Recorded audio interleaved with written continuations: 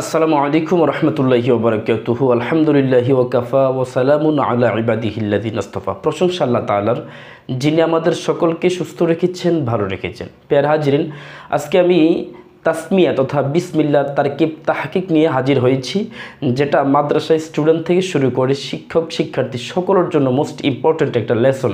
প্যার হাজিরিন, বিশেষ করে যারা শিক্ষক নিবন্ধন ভাইবা দিবেন তাদের জন্য এই ক্লাসটা অত্যন্ত গুরুত্বপূর্ণ। পাশাপাশি আমার একটা ফেসবুক পেজ আছে, আপনারা সবাই আশা করছি সেটাতে আপনারা ফলো দিয়ে রাখবেন। সেটা হচ্ছে যে সেলফ এনলাইটেন বাই কিউএস। এখানে গুরুত্বপূর্ণ তথ্য আপনারা পেয়ে যাবেন। আমি ডেসক্রিপশনের মধ্যে লিঙ্ক দিয়ে দিব, আপনারা আশা করছি এখান থেকে ফলো করে নেবেন। তাহলে আসুন, এই যে বিসমিল্লাহ, দেখুন বিসমিল্লাহতে আমি কিন্তু লিখেছি যে বাটা একটু বড় করে দিয়েছি, বা সিন মিম। এর কারণটা কি? এই বিসমি মূলত ছিল, আসলে ছিল বি ইসমি ছিল। তাহলে বি ইসমি থেকে আলিফটাকে হজফ করে দেওয়া হয়েছে, যার কারণে বিসমিল্লাহ লিখার সময় অধিকাংশ উস্তাজ দেখবেন বাটা বড় করে লিখে। আমার প্রিয় উস্তাজ যিনি দাখিল মাদ্রাসা পড়িয়েছে, ওমর ফারুক হুজুর, উনি কিন্তু বাটা এভাবে বড় করে লিখত। পরে জানতে পেরেছি যে এই কারণে।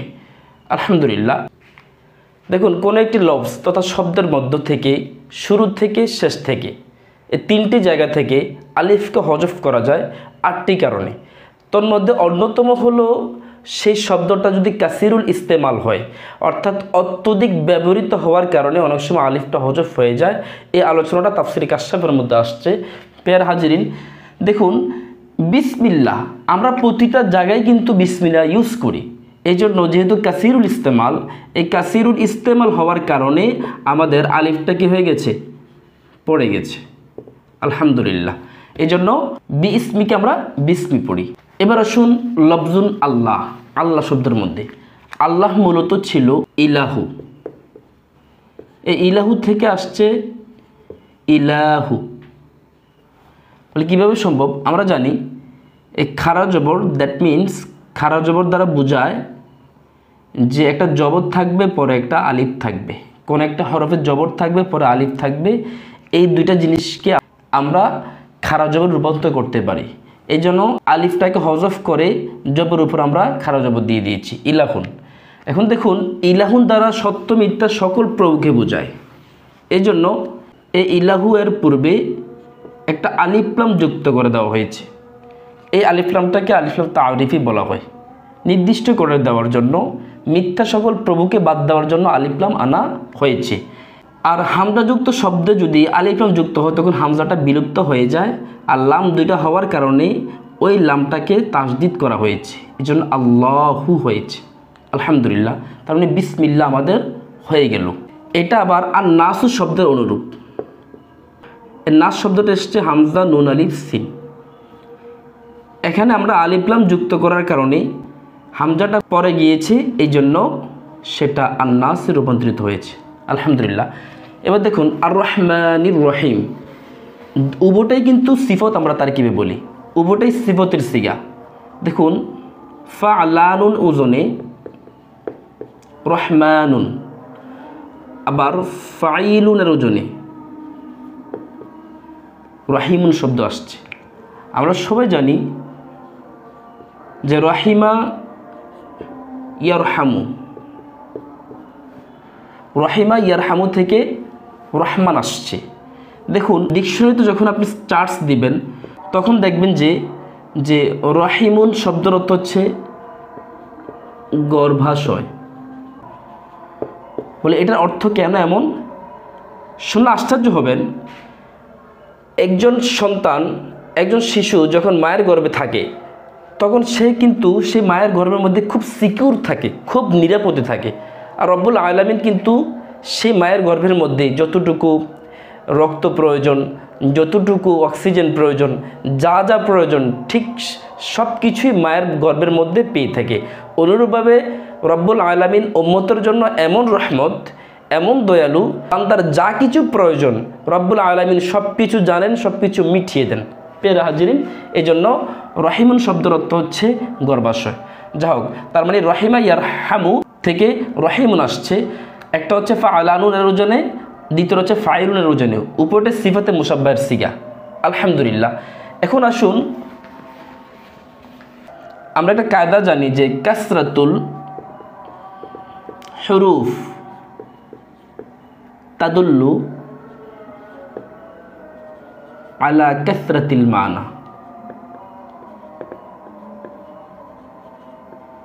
অর্থাৎ হরফ যখন বেশি থাকবে তখন অর্থের মধ্যে আধিক্যতা আসবে। রহমান, এখানে কিন্তু 5টা অক্ষর, আলিফ আছে, খারা জবর মানি রহমান, এভাবে। তার মানে রহমানের মধ্যে 5টা হরফ আর রহিমের মধ্যে 4টা হরফ। এই জন্য রহমান দ্বারা বোঝায় রহমানু ফিদ দুনিয়া ওয়াল আখিরা ওয়ার রহিমু ফিল আখিরা। পরবর্তী আখিরাতের মধ্যে শুধুমাত্র যারা মুমিন মুত্তাকি বান্দা থাকবে তারাই আল্লাহর রহমত পাবে, আর দুনিয়ার মধ্যে সকলেই মুমিন কাফের সকলে আল্লাহর রহমত পাচ্ছে। এই জন্য আর রহিমু ফিল আখিরা, আর আর রহমান আর রহমানু ফিদ দুনিয়া ওয়াল আখিরা, দুনিয়ার মধ্যে এবং আখিরাতের মধ্যে উভয় ক্ষেত্রের মধ্যে রহমান শব্দটা প্রয়োগ হবে। আলহামদুলিল্লাহ। তাহলে আমরা আর রহমান এবং রহিম শব্দের বিশ্লেষণ জেনেছি। আসলে এবার তারকিবটা করে নিই। দেখুন, বা হরফে জার,